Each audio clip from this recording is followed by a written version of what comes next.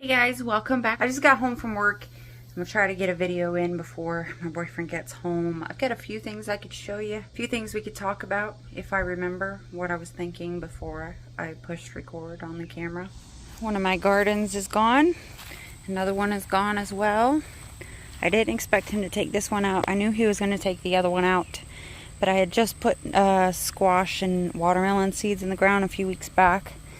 And my okra was just starting to produce, and yeah, so that's gone.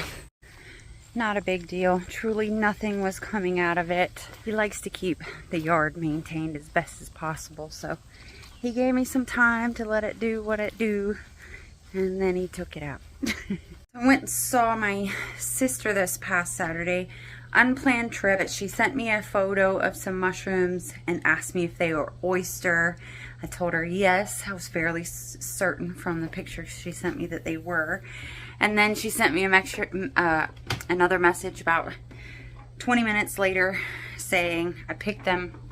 Now you have to come tomorrow and get them. So after work, I went and got them from her and spent the afternoon with her. And then I brought the mushrooms back and I dehydrated them. I also put some green beans in the dehydrator. I definitely left them in there way too long. I don't think they're going to be any good for eating anymore. But let me show you. So, took my green beans and chopped them, and I think I've had this thing going for over 24 hours. This is why I don't like bringing it out here. I've had it in the house for a while now, but the oyster mushrooms really truly do smell like seafood, and kind of not in a good way to me, or to my boyfriend, because he asked me to please bring it out to the garden shed while I was dehydrating those mushrooms because he couldn't deal with the smell. And when it comes out here, I have a tendency to forget that it's on and it's running and it's just cooking the stuff I put in there. I'm still gonna put them in a jar because I like, I don't know what's wrong with me. I like staring at jars of things that I've dehydrated. Along with the beans, here's a chanterelle that I found in my mom's yard and some berries that she found growing behind her garden shed that I tried and she tried, and they're really good. They taste like plums. They look like a blueberry, only red, and they taste like plums. On this next tray, we have some more of my okra that I dried and some tomato slices. And then here starts the oyster mushrooms. And they actually came out pretty good. Huh. And then we've got another tray of those. So I'm gonna let this cool for a minute, and then I'm gonna put all this into jars. I'm trying to do as Jessica Soward says, I always say her name wrong, as Jessica Soward says from Roots and Refuge Farm, and treat my waiting room like a classroom. I can't do everything that I want to do. I can't experiment in every kind of way that I want to while I'm here on this property living under someone else's roof, but I'm trying to do the things that I can do. So learning to dehydrate. I have probably the cheapest dehydrator you can get. You can't set the temperature or the time or anything like that. So I'm learning to dehydrate and put away things, and learning how different food things react to being dehydrated. There's just, you know, I'm trying to do what I can while I'm here, and I'm waiting for us to get our house and property and homestead, and then I can really start all that other stuff. Can't wait for that day. All right, something else I wanted to show you is something else I got from work today, and it is this really old Better Homes and Garden New Garden book. It's really old, you guys. The first print was in 1951. And then this one is a revised edition from 1961. But I just wanted to show it to you guys. It's so cool. They have a section in here for house plants. You recognize this plant down here? Or even the one up top in the corner. So even in the 50s and 60s, these things were cool, right? All kinds of good stuff in here. Shows you different ways to propagate.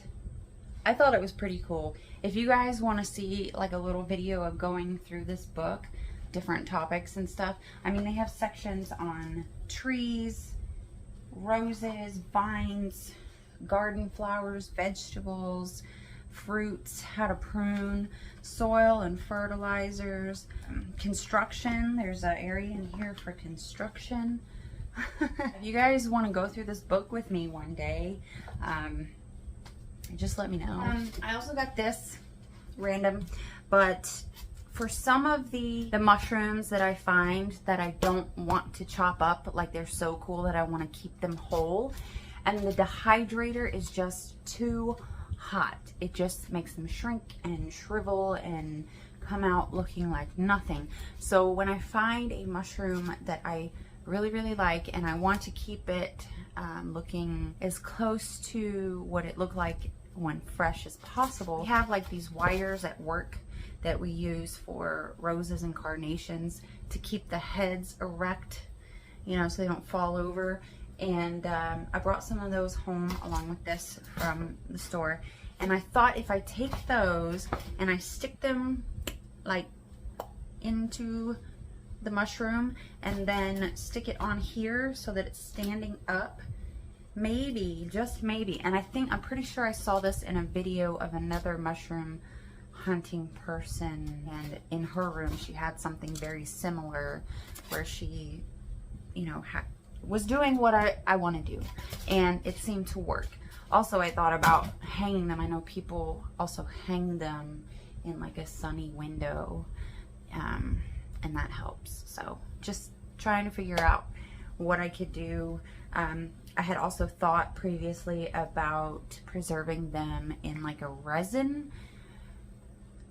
I've heard mixed reviews about that, but some of these mushrooms, you guys, and I don't even really show all of them, some of these mushrooms are incredible. They're absolutely stunning, and I just want to preserve them so that I can look at them always. Oh, we can look at the propagations. Not much change, even since I fed them that really expensive fertilizer, but we can check them out. Here is the prop box that does not keep the moisture in as well. However, everybody still looks okay. I'm not seeing any like drying out or anything. I also don't see any real new growth. This guy, I haven't been coming out here and opening the lids like I should. It's just so hot. It's so hot right now. It's incredibly difficult for me to come out here. A little peek inside there. It's, yeah, like I said, incredibly difficult to come out here. I mean, I'm out here now, so I guess I should be taking advantage. I might be wrong, but I think I am seeing some new growth points. Yeah, I'm pretty sure. Yeah. There's definitely some new growth points, so that's cool. We're doing something. And then here is inside this guy. It's definitely holding the moisture. You can see it on some of the leaves. And no one has died yet. Let me know if any of you guys might be interested in purchasing any plants for me in the future. These are definitely not ready to go yet. But when they are, if you think you might want to own a plant from Christy Lee, let me know. So I did find out the other day that I probably qualify for a first-time home buyers program, which is really exciting. That helps with reducing, I guess, the down payment that I would need to get a house. I am saving everything I possibly can for this down payment. And Ricky and I have been talking about where we might want to buy.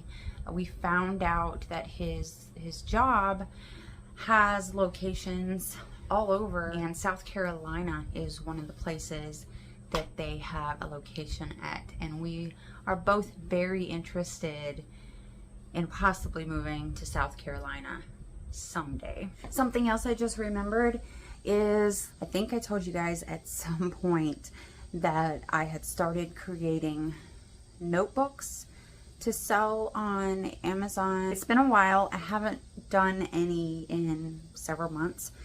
Today I decided to go ahead and order a few of the, they call them author copies. So all I do is pay for the printing costs.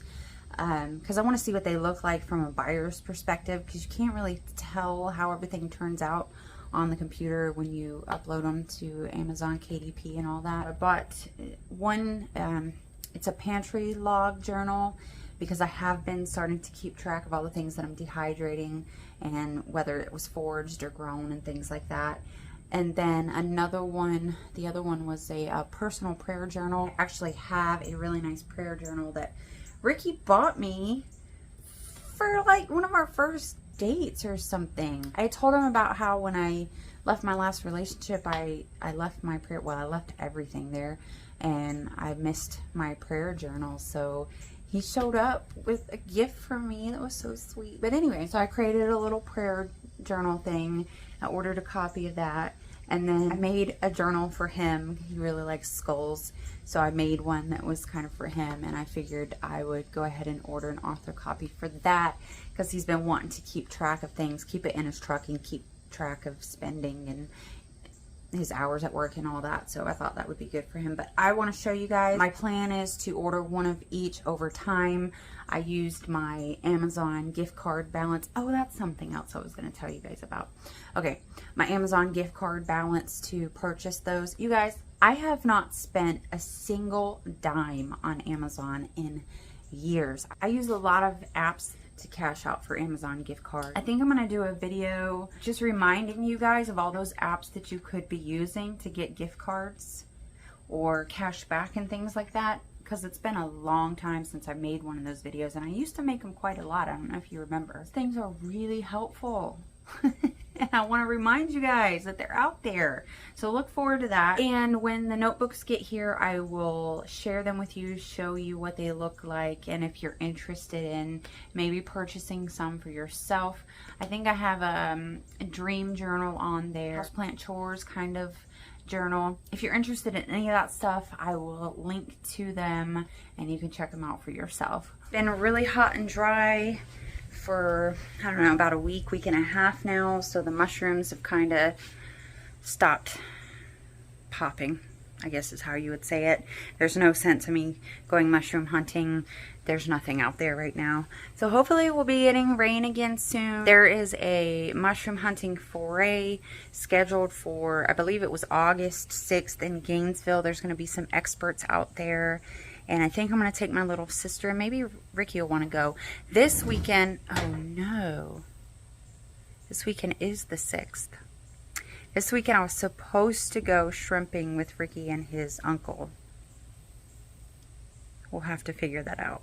And then at some point in the near future, actually it'll probably be September, October, Ricky and I are planning a camping trip to one of our local parks, forest campgrounds that I've never been to before. Supposedly it's a really awesome place. So I'll probably be bringing you guys along for that. Oh, and also I've been talking to Ricky and I think he's gonna be on board for this.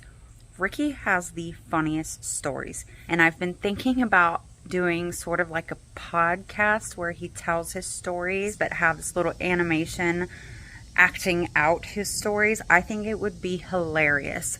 So I will keep you guys updated if that's something you're interested in. I'll let you know if it ever happens and when it happens and all that stuff. So that's just some future projects, some things I've been thinking about. It's really hot. I'm gonna get inside and get in some AC. Thank you guys for hanging out with me today, and I'll see you in the next one.